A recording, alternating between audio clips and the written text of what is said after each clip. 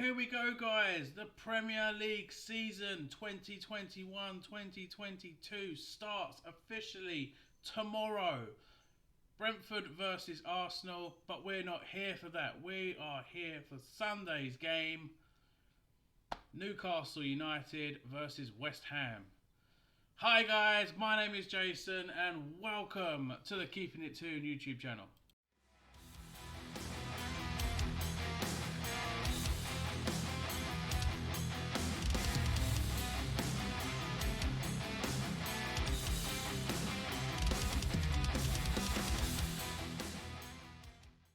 Hey guys, I hope you are doing well on this Thursday morning that I'm recording this, even though it's going to be out on the Thursday afternoon. And welcome to the first match preview of the brand new season. Newcastle United versus West Ham. We get our home fixture for the first game, which is a plus, I guess you could say. And yeah. Let's get into this. So just in case you're new around here and you don't know how this is done, basically I'm going to go through the previous results of Newcastle and of our opponents, each preview that I do for every match. Then I'm going to move on to the head-to-head results over a period of time to show how we've fared against that team. Then I'm going to go on to what I would choose as my formation and team that I would pick. Just a little off topic on this bit is I have not named Joe Willock in my starting 11 because at the moment he has not been officially unveiled as a Newcastle player. There's been talk this morning that the deal is a lot closer, but whether it happens or not, we still don't know. We want it to happen, but there's like a deadline for tomorrow. And even if he does join, I don't see him playing because he's not really had much game time as it is. At best, maybe a sub appearance, but I don't see Joe Willock playing at all on Sunday. But yep, that's that. And then I'm going to move on to my predicted scores. Now, I say scores because I cannot commit to one result. I have to say a win result, a draw result, and a loss result. So you'll get my 3 results of how I feel the match would go. And that would be it. And if you like what you see, like what you hear, don't forget to leave a like down below. Leave your comments as well. It's always great to read the comments. And yeah, do you agree with what I choose and select? Yeah, and also don't forget to hit the notification bell so you'll never miss a video from me. Apologies if the lighting is very dim. It is very gloomy outside. But without further ado, let us get straight into this preview. Love the rhyming there. Okay, so firstly, we are going to go on to our pre-season games. And that should appear somewhere on this screen right about now. And as you can see, guys, we had 5 pre-season games. 3 wins, 1 draw, and a loss. The loss being to York City, who are 5 leagues below us. And I think I've brought that up many times already. It's 5 leagues below us, and they kept a clean sheet. Wow. Lost 1-0 in our first pre-season. We then went to Doncaster, where we won the game 3-2. Doncaster were all over us though. And again, we conceded. Okay, fair enough. We had Dan Langley in goal, which I was quite happy to see, a youngster being given a chance. I thought he did pretty well against York. I mean, what, 20 years old, 6'7". he's got a huge future. Uh, we won't really see him though. We'll most likely sell him off. We've got 4 goalkeepers as it is now, with Dubravka, Darlow, Gillespie, and Woodman. But yeah, Doncaster, we won the game 3-2. We then went to Rotherham in an awful game. I remember watching this match, and the pitch was in a state. It was just running in puddles, and we went 1-0 down, and we stayed 1-0 down for a large portion of the game before we finally equalised. It was a horrible, horrible game. Then we went to Burton. We got the win, but you know, it could have been a bigger scoreline. We did attack. We went 1-0 up, and we should have gone for more. But as the game progressed, we started holding back a bit more. And then the second half, pretty much a repeat of the first. But we got the win, so that's fine. Then finally, we moved on to the game against Norwich. And if anyone was listening to the commentary, for me, from the commentary alone, Norwich had us in their back pocket for the entire first half. They'd done nothing but constantly be a threat to us.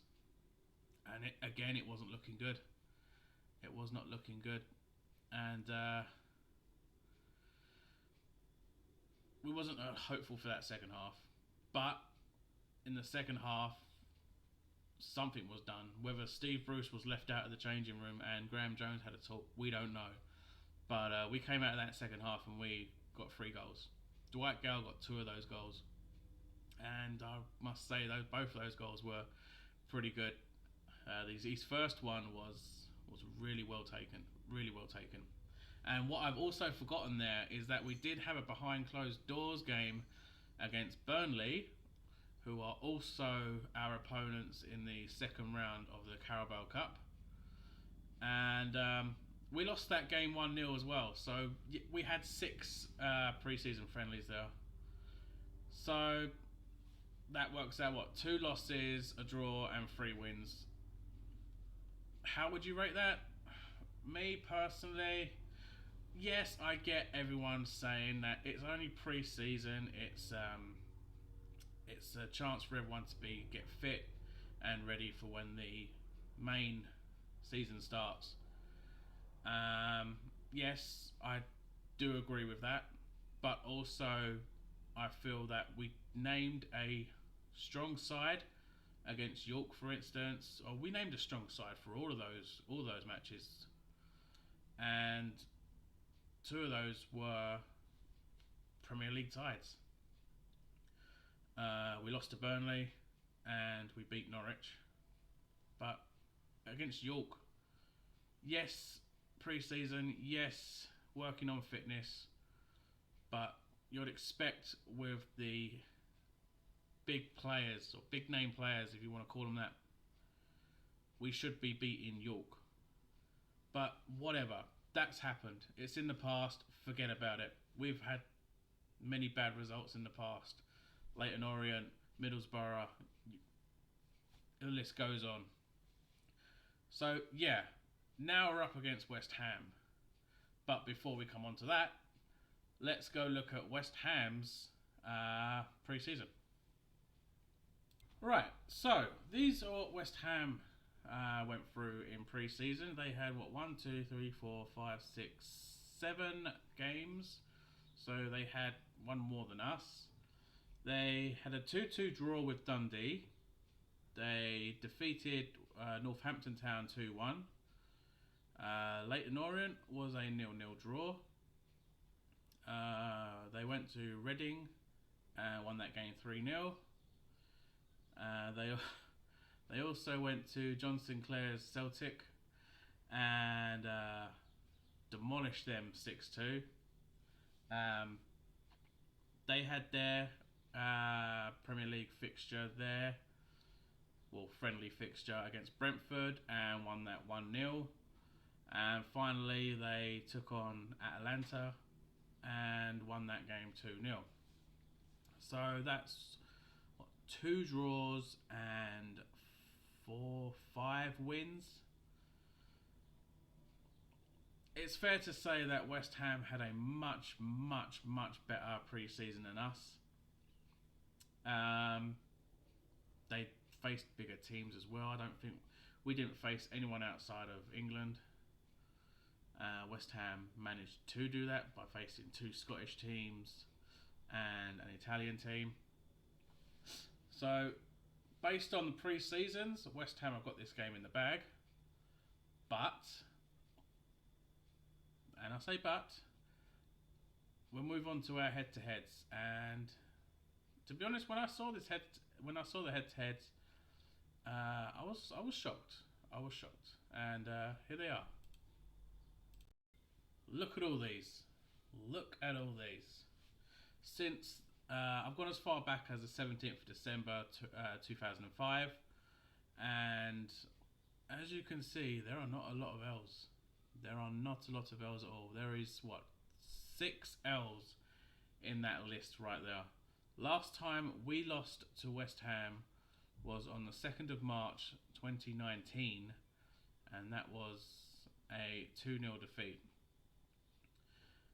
Since then, from the 20th of July 2019 to the 17th of April 2021, we have played them 5 times, winning 4 and drawing the 1. We did get the double over them last season with the 2-0 victory at West Ham and a 3-2 victory at home. West Ham were a reborn, should I say, side last season. They, after, say, the start of the season, they really became a force. So I think most of us were thinking that first game was luck that got us that win. So it wasn't hopeful for that second game, but we did actually win, amazing enough. But yeah, we seem to have a very good record against West Ham, so it does fill you with confidence that we can get a result, especially being at home and the fans will be back at St James's Park. The only problem is we have not made a single signing, so I believe we are the only team in the Premier League not to have a signing across the line, and it's worrying. We will hopefully be getting Willock, but as I've said before, even if we do get Willock, we will just have the exact same team as what we had last season, and we simply need to get more players over the line. We need at least 2, maybe 3 more minimum to even think about having a strengthened side, because we're just going to have the exact same strength team as what we had last season with just Willock. Yes, Willock made a huge difference, but we can't rely on him to do everything by himself. We need others in the team. It only takes Callum Wilson to get injured and we are screwed up front. ASM, I think I've already stated that recently I'm beginning to get annoyed with him. Yes, he is a game changer. Yes, he is by far one of our best players, but he tends to go down a lot. The same with Almiron, he does the same thing. Slightest tap, he's down on the ground for minutes on end. But yes, again, as you can see with the results, it does look very promising, apart from the fact that we do have Steve Bruce as manager, so it could all go tits up. But moving on from these results, we are going to move on to my team selection. Now, this is my formation and my starting 11. So, if you don't agree with it, leave your comments down below and let me know who you would start and what formation you would play. Obviously, we know Steve Bruce is going to go for the 5 at the back, but I am not going with a 5 at the back. But yeah, here you go. Here's my starting 11, and here is my starting 11. Now, hear me out. I know you've just spotted someone there that, to be honest, shouldn't really be there, but hear me out. Also, ignore the numbers; they've not been updated. So we all know Callum Wilson is number 9. So, but again, yeah, I've gone for the 4-2-3-1 formation. It's looking quite likely that Freddie Woodman will start, so I have put him in goal for the first game of the season. I do have my doubts though, because we know Steve Bruce doesn't like using the youth. He doesn't give the youth a chance, so it wouldn't surprise me if Mark Gillespie started against West Ham, but I've definitely gone for Freddie Woodman in goal. Now, on the left of defence, I've gone for Matt Ritchie. In the centre, I've gone for Federico Fernandez and Jamal Lascelles. Obviously, Bruce is not going to drop the captain. I wanted to put Fernandez and Clark in the centre. But yeah, as I said, Bruce does not want to drop the captain. He won't drop him, so we'll start with Lascelles. I think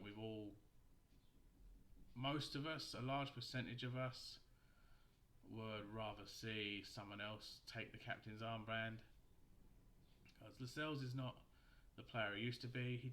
He's big, he's strong, he can grab a goal out of the blue, but he's not the player that he was. So I would have gone Fernandez and Clark. And on the right, I've gone for Manquillo. I thought he's had a well, he's good. I mean, when he first came to the club, I absolutely hated him. I didn't want him at the club. I wanted him gone as soon as possible. But he has really come good. I want to see Manquillo more. I want to see him on that right side. I don't want to see Emil Kraft. It was a tough choice because Jacob Murphy is now being played in that sort of role, and yes, it's looking likely that Jacob Murphy will start, and no disrespect to him, but Jacob Murphy is a winger. He's a midfielder.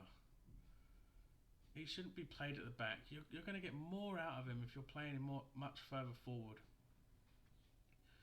So I would have Manquillo there, but definitely not Emil Kraft. So that would be my back 4. Now onto the bit that you've probably already spotted and you're raging at the screens right now. Is I've gone for Isaac Hayden. That's not the name. And Jeff Hendrick. Yeah, Jeff Hendrick. I said hear me out, so hear me out. Steve Bruce has relied on Jeff Hendrick throughout pre-season. Jeff Hendrick scored in pre-season. Steve Bruce is going to rely a lot on Jeff Hendrick throughout the season. So, without Joe Willock, I can see Jeff Hendrick being a key member of the team, mainly because of Steve Bruce. So be prepared to see Jeff Hendrick in that starting lineup. I doubt we will see John Joe Shelvey. He'll probably be on the bench.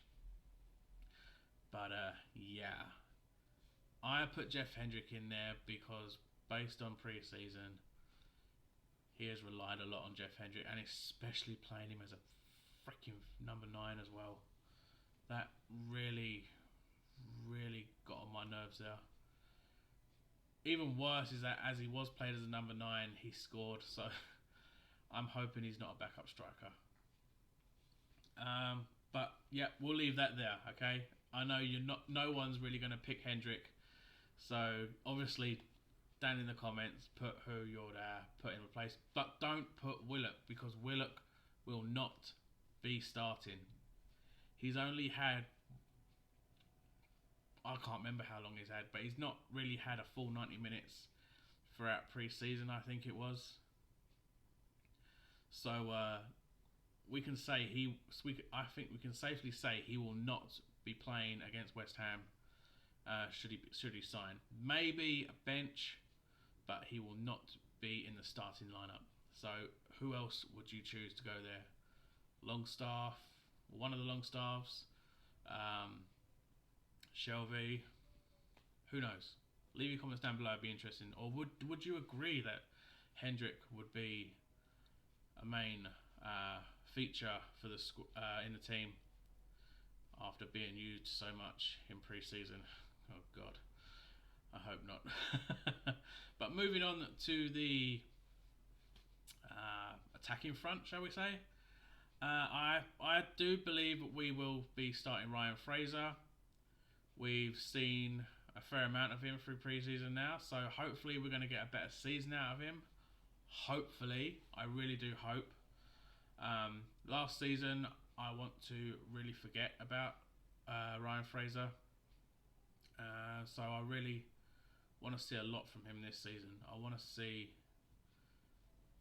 plenty of assists, a few goals here and there. I want to see some good runs. I want to see some great passes. I want to see a much, much better Ryan Fraser. Otherwise, he can piss off right at the end of the season, or he can piss off in January. But yes, I am going to say Bruce will go for Ryan Fraser. That'll be on the left. And on the right, we're going to go over ASM. We can't be without him. So hopefully he doesn't pick up a knock between now and Sunday. Through the middle, I've gone for Miggy Almiron. It was a choice between Miggy Almiron or maybe even going for Joel Linton. Yes, Joel Linton does not play in an AMC role. He's more of a left-sided, shall we say, or a striker, which he apparently isn't. But I felt maybe Joel Linton might be able to fit into an AMC role. Go behind Wilson. He might have a better chance as well. Or do we call him J7 now, as everyone seems to be calling him, which is daft. But he did score his first ever header for Newcastle as well, which was amazing. Let's hope he can actually do some more now with his height and his build. He should be scoring with his head a lot more. But whatever. I've gone for Miguel Almiron in right through the middle. And up top, obviously, it has to be Callum Wilson.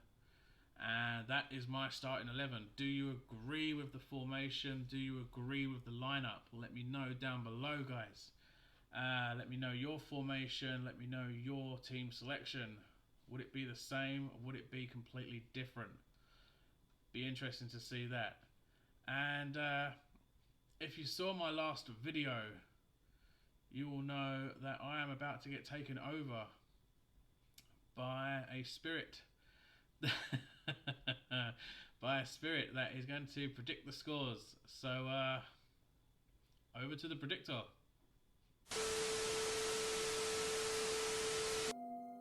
I am the predictor, and I have made my predictions for the Newcastle United versus West Ham United match on Sunday.